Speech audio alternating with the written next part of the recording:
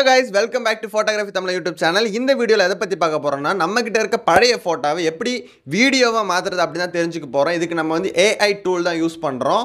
So அதனால video skip பண்ணாம பாருங்க. சேனலுக்கு புதுசுனா மறக்காம Subscribe பண்ணிக்கோங்க. உங்களுக்கு வந்து நிறைய புது ட்ரெண்டிங்கான எடிட்டிங் பத்தி தெரிஞ்சுக்கணும் அப்படினா நம்மளும் நிறைய வீடியோஸ் போடுறோம். சோ மறக்காம Subscribe பண்ணிக்கோங்க. இந்த வீடியோ உங்க ஃப்ரெண்ட்ஸ்க்கு எல்லாம் ஷேர் பண்ணி விடுங்க. அவங்களும் இந்த மாதிரி பழைய போட்டோவை எடிட் பண்ணிக்கிட்டோம்.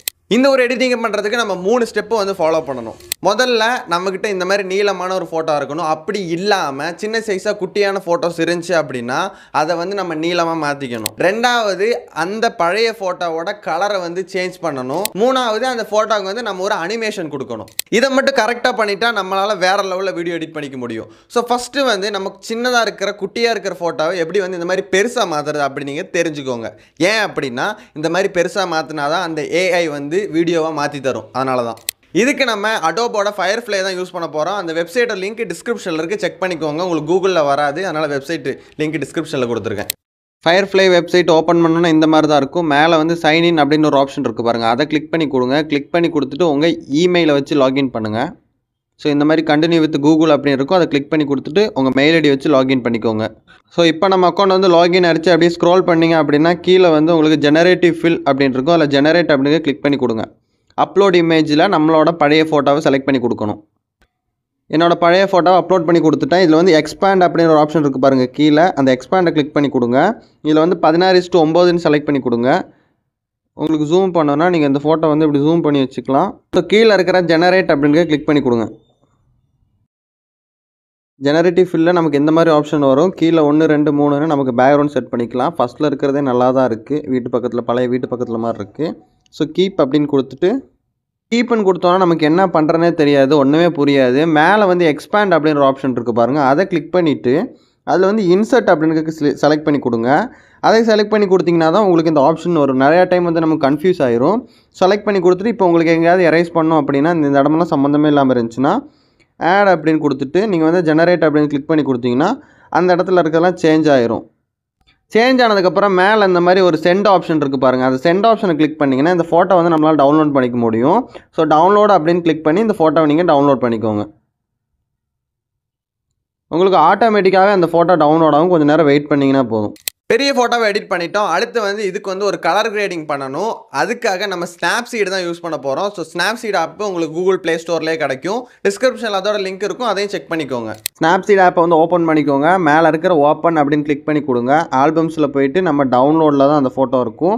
ஸோ அதை கிளிக் பண்ணி கொடுத்தீங்கன்னா இந்த மாதிரி ஒரு ஃபோட்டோ வந்துடும். இதில் வந்து கீழே வந்து Adobe Firefly அப்படின்னு இருக்கும். ஸோ டூல்ஸ் அப்படின்னு கிளிக் பண்ணி அதில் வந்து ஹீலிங் அப்படின்னு ஒரு ஆப்ஷன் இருக்கும். அதை கிளிக் பண்ணிவிட்டு இந்த Adobe Firefly அப்படின்றத ரிமூவ் பண்ணி விட்ருங்க. டிக் பண்ணிக்கோங்க. அதுக்கப்புறம் டூல்ஸை கிளிக் பண்ணுறீங்க. இதில் வந்து டியூன் இமேஜ் அப்படின்னு இருக்குல்ல, அதில் வந்து சேச்சுரேஷன் வந்து இன்க்ரீஸ் பண்ணி கொடுக்குறீங்க இந்த மாதிரி. அப்போ ஃபோட்டோ கொஞ்சம் கலராக இருக்கும். அதுக்கப்புறம் டீட்டெயில்ஸ் அப்படின்னு கிளிக் பண்ணி அந்த டீட்டெயில்ஸில் வந்து ஷார்ப்பனிங் இங்கே வந்து இன்க்ரீஸ் பண்ணி கொடுங்க. அப்புறம் எக்ஸ்போர்ட் அப்படின்னு கிளிக் பண்ணி சேவ் பண்ணிக்கலாம். நீங்கள் லைட் ரூம் யூஸ் பண்ணிக்கலாம், ஸ்னாப்சீட் யூஸ் பண்ணிக்கலாம். இப்போ வந்து நமக்கு வந்து ஃபோட்டோ ரெடி ஆயிடுச்சு. இந்த ஃபோட்டோக்கு ஒரு சூப்பரான அனிமேஷன் கொடுக்க போகிறோம். ரன்வே ML அப்படின்ற அந்த வெப்சைட்டில் தான் நம்ம வந்து எடிட் பண்ண போகிறோம். இதில் வந்து உங்களுக்கு ஃப்ரீயாக 5 ஃபோட்டோ எடிட் பண்ணிக்கலாம். அதுக்கப்புறம் என்ன பண்ணணும்னா அதுலேருந்து லாக் அவுட் பண்ணிவிட்டு வேற ஒரு மெயிலை வச்சு லாகின் பண்ணுங்கள். லாகின் பண்ணதுக்கப்புறம் இன்னொரு 5 ஃபோட்டோ எடிட் பண்ணிக்கலாம். வேறு ஒரு மெயிலுக்கு 5 ஃபோட்டோ தான் எடிட் பண்ணிக்க முடியும். அது மட்டும் இல்லாமல் உங்களுக்கு இந்த மாதிரி கியூ அப்படின்னு வந்துச்சு, க்யூவில் நிற்குது அப்படின்னு வந்துச்சுன்னா, இல்லைனா எரர் வந்துச்சுன்னா நீங்கள் ட்ரை அகைன் கொடுத்தீங்கன்னா ஒரு 2-3 தடவை 4வது தடவை கண்டிப்பாக ஒர்க் ஆகும்.